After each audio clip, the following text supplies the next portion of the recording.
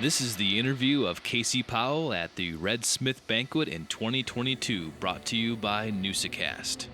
The Banquet, which is a fundraising event for Noosa, was emceed by Shane Sparks. The music you'll hear is by Digstown, a band from right here in northeast Wisconsin. Follow and subscribe to this channel for more throwback interviews and speeches from the Red Smith Banquet. You won't find this anywhere else. Like to bring on Casey Powell. Won a national title at Syracuse in 1995 as a freshman, two-time NCAA Player of the Year. And we're going to bring him up on the stage and talk some lacrosse.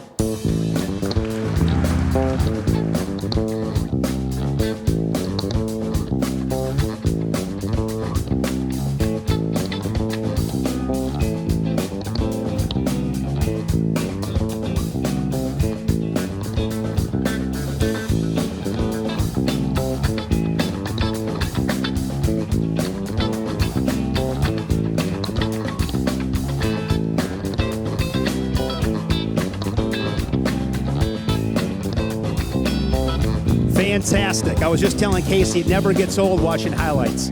I mean, some of us have highlight videos that are 20 seconds. Some of us, like yourself, they condense it down to 20 minutes, whatever it takes. What is it about lacrosse that makes it one of the best sports, in your opinion?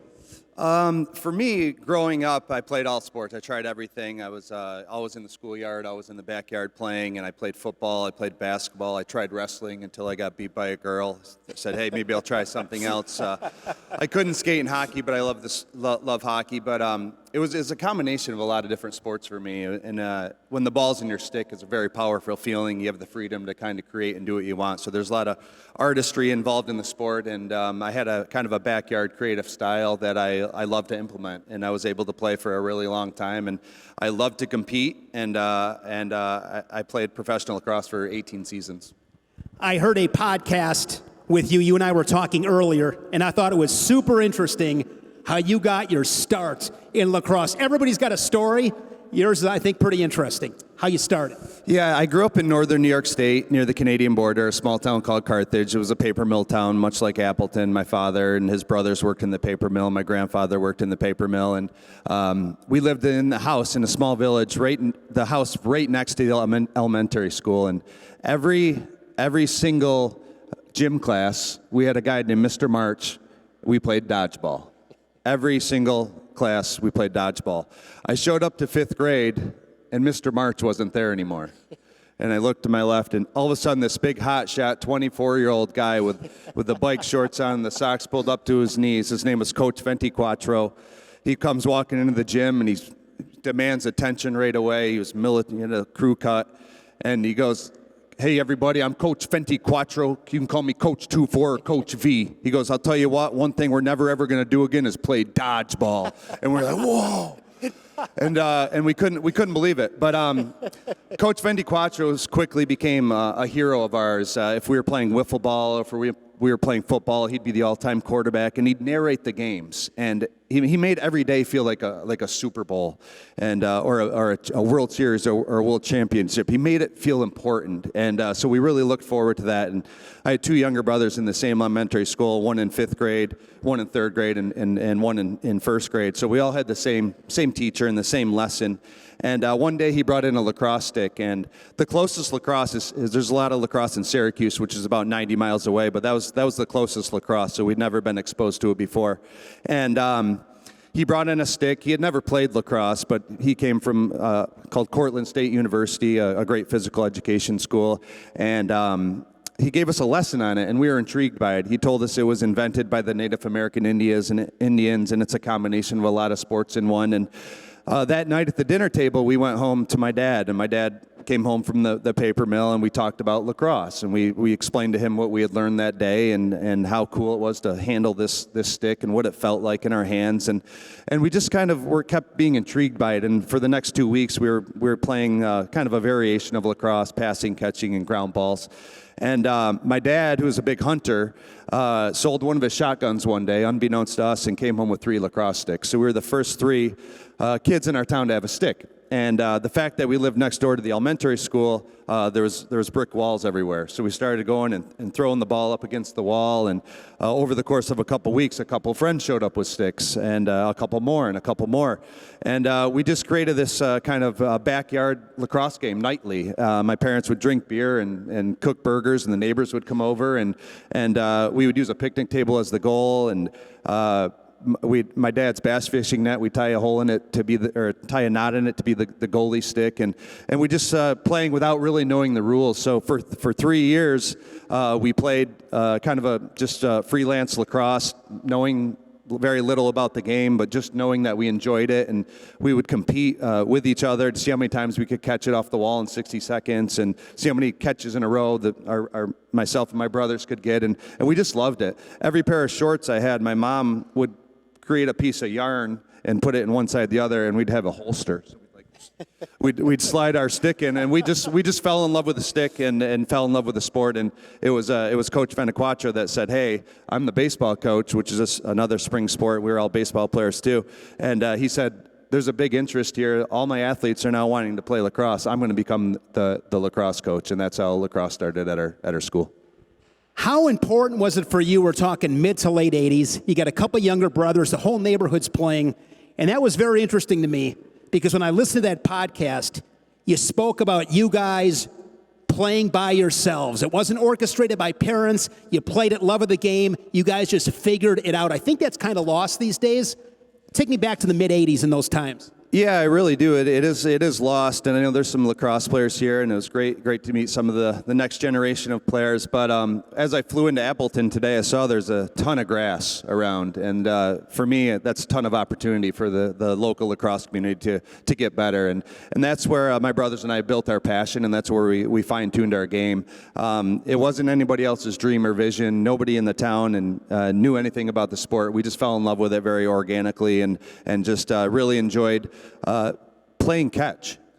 Still to this day, it's my brother Mike will say, "Hey, let's go out and have a talk." So we'd always, as brothers, go out and just talk and throw the ball around, and then when the neighbors showed up, it'd be go time, and the nightly games would end with a fight or some sort of celebration, and that's how or darkness is basically how the games would end. But we fell in love with it. And your dad was a man of few words. Yeah, he didn't say much. I quickly. When we did start, my first time playing organized lacrosse was 8th grade, and then I played varsity 9th grade, and 4 years later, I was my senior year. I was riding in the back of my car, and my mom was our hypester, and my dad never said anything, and I sat in the back seat in the middle, and I put my feet up. My brother Mike was over here, my brother Ryan was here, and I'd put my legs up through the middle because I'd worked so hard, my legs would cramp up, and I tap my dad on the shoulder, and he looks back, and I go, "Dad, how'd I do?" He goes, "Not bad." I go, "Dad, I just broke the all-time national high school scoring record." And he doesn't say anything, and 2 miles later pulls into Carvel Ice Cream and goes, "Get whatever you want." I was like, wow. I was like, yes, Dad's proud of me. So today I equate success to a root beer float. So. Did you dream of playing at Syracuse in high school? How did that path shape itself? I did. That was my first exposure. I remember walking into the Carrier Dome for the first time ever. It was in 1998, and there's these two twin brothers from Victoria, Columbia, the Gate brothers, who we feel are the best ever. They were our idols. They wore the same number that I wear, and it was just electric. The swagger that they had, the coach was a Hall of Famer, the music was blaring, it was the largest crowd in NCAA lacrosse, and I knew from that moment that's where I wanted to be. So I would literally go in the backyard and believe that I was Gary Gate. I would mimic all his moves. My brother Ryan was his twin brother, Paul Gate, and my youngest brother Mike would always be the opposing team's goalie, so we'd stick him in there.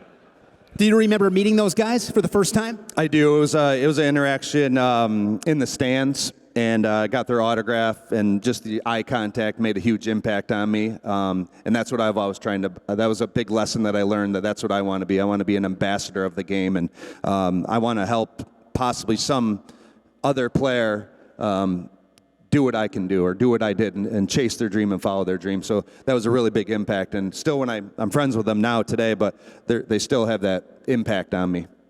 What was it like? You're a big hitter coming out of high school. You had that scoring record, everybody knows about you go to a powerhouse in Syracuse. What was it like as a freshman being on that team? Well, I remember I moved to Canada to play box lacrosse for the summer. I lived with a family in Toronto, Ontario, and played box lacrosse, and the Canadians hated me. I was a hyped-up American. They knew I was on scholarship to Syracuse, and they kicked the crap out of me. But that helped me in the long run. So I got to Syracuse. I was in tip-top condition. I was toughened up. I fine-tuned my game, and I was ready to go. So I made an impact in the fall. Lacrosse is a spring sport. I made a big impact in the fall. I was ready to go. I was ready to play, and they gave me the Gary Gate number, which is the biggest number at Syracuse. It's like number 44 in football at Syracuse. So I started off hot. I led the team in scoring. We went on to win the national championship. So it was a dream come true, and a lot of hard work and effort to get there. But it was great, and obviously kind of rode that out in my career. You had so many great moments at Syracuse. Two-time Player of the Year. You win the national title as a freshman. Give me your top 3 moments that you'll forever remember with that jersey. Number 1 was in 2006. I'm in London, Ontario, playing for Team USA, and it's the 20 best players in the country. And I look to my right, and I see my brother Ryan. I look to my left, and I saw my brother Mike, and that was certainly the greatest moment. We had a huge following, parents, girlfriends, cousins we didn't know we had, where everybody showed up to support us. But that was definitely the best. And then just winning a national championship, and then watching my brothers follow behind me. When I went to Syracuse, I set the all-time scoring record. 2 years later, when I was out playing professional lacrosse, my brother Ryan was a senior, and with 19 seconds left in the national championship, he tied the record. And then with 4 years later, my brother Mike beat it. So we hear that every Thanksgiving from my brother Mike. So.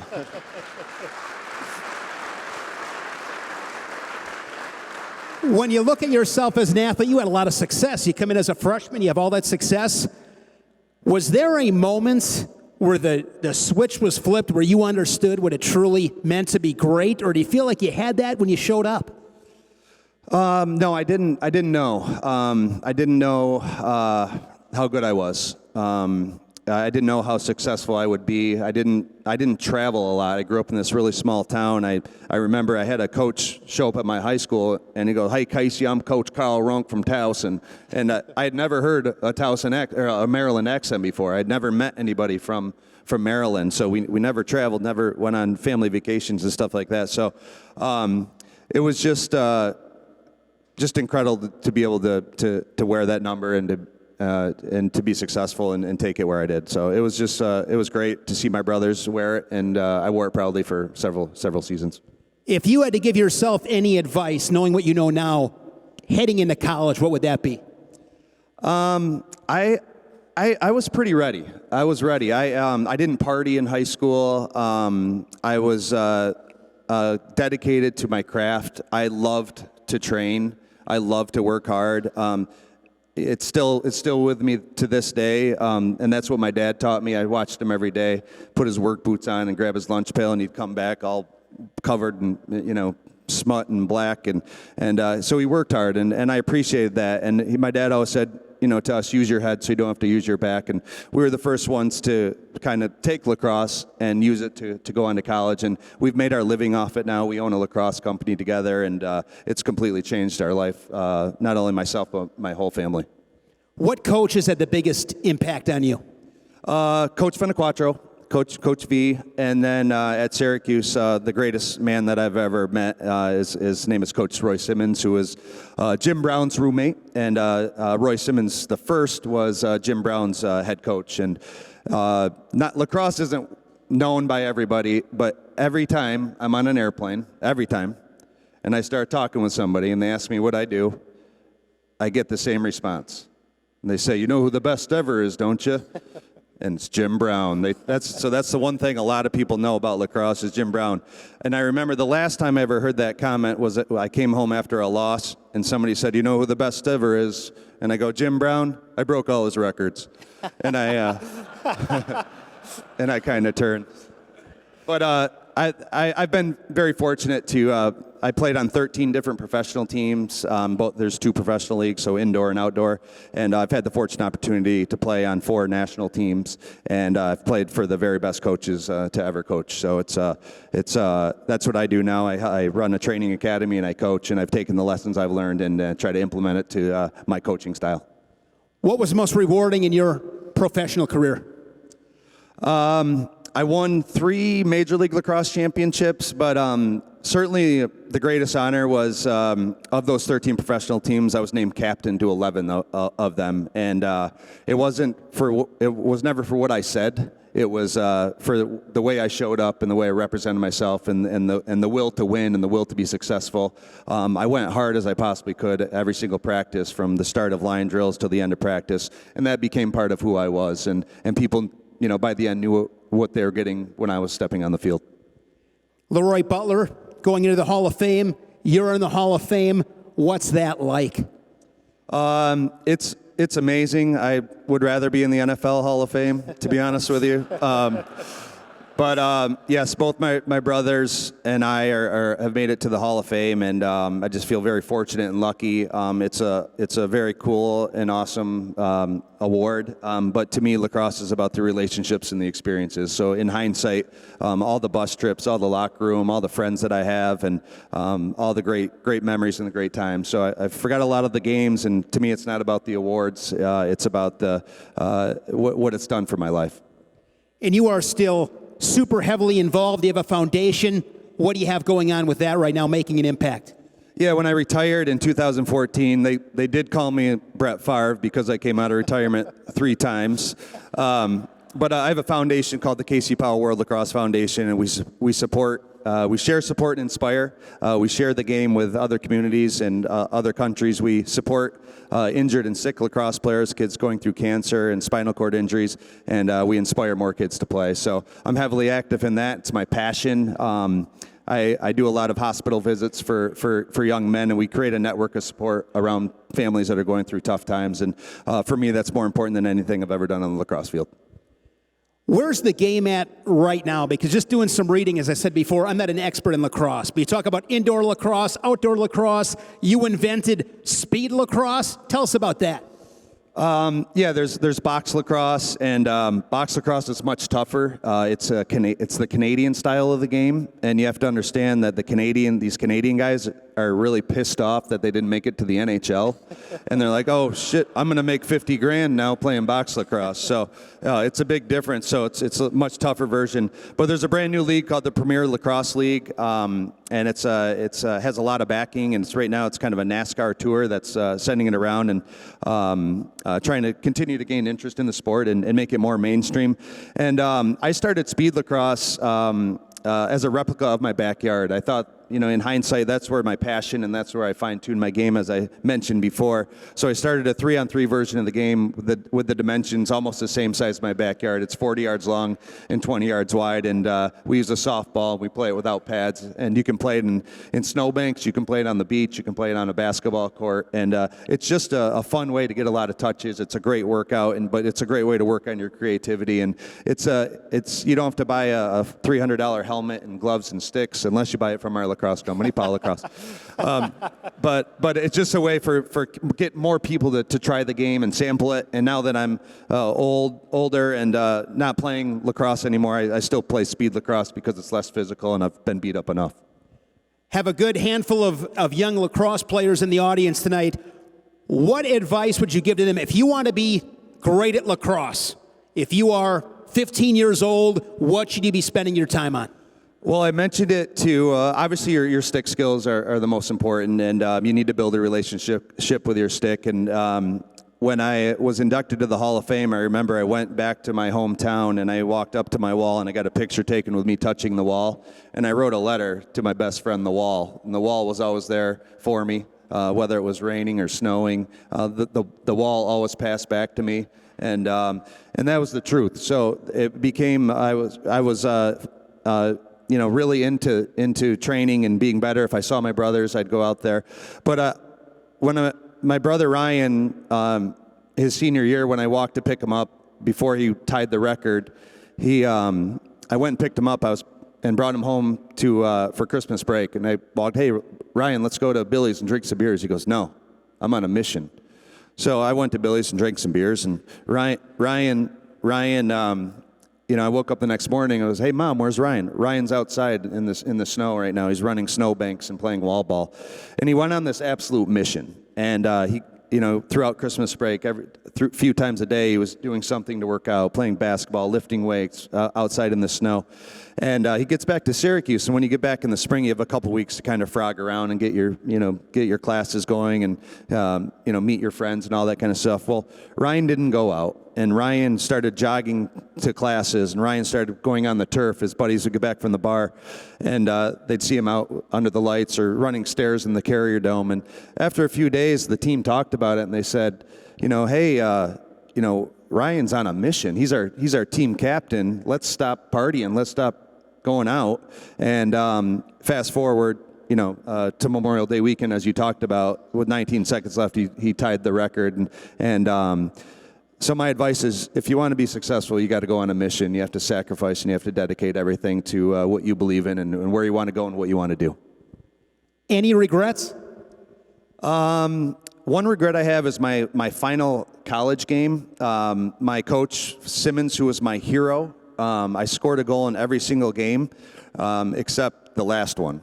And we lost 10-9, and Princeton went on to win the national championship. The reason I melted down is he told me, and only me, before the game, that he was going to retire after this Final Four. And that day, it made me realize that it's not about the sport. And I was sad. And I played that game sad. And I didn't care as much about the game for once. So my regret is I wish I could have won Coach Simmons his 7th national championship. You're a father now. You have a daughter, Belle, I believe, 15 years old. And in the spirit of this banquet, I want to ask you what your philosophy is. I mean, you're one of the all-time greats. How do you parent your young daughter who plays the sport?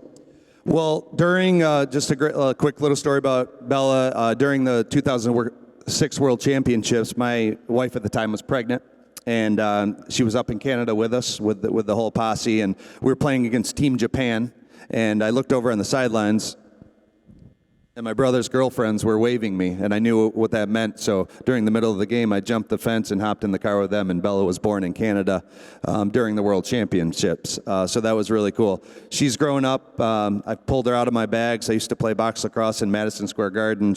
I'd pull her out on the back of my bag. She's been to so many games. She's traveled to all the countries I've played in. But I never forced it upon her because my parents never forced it on me, and I liked that. It was allowed to be my thing. And finally, the past couple years, she's really picked up the sport and gotten back into it. So for me, it's allow her to find her own passion and pursue it. And as soon as she has that, and then I try to give her all the tools to be as successful as possible. So got to have the passion. Last question for you, Casey. How do you want to be remembered? I want to be remembered as a lacrosse ambassador. That's what I've done. Lacrosse has made such a huge impact on my life, my family's life. It's opened up an entire new world to the entire Powell family. So I try to pass that along, and I want to be remembered as a guy who's made an impact and got more people to play the game, and hopefully those kids will go on and make a big impact. Fantastic. Thanks so much. Casey Powell, ladies and gentlemen.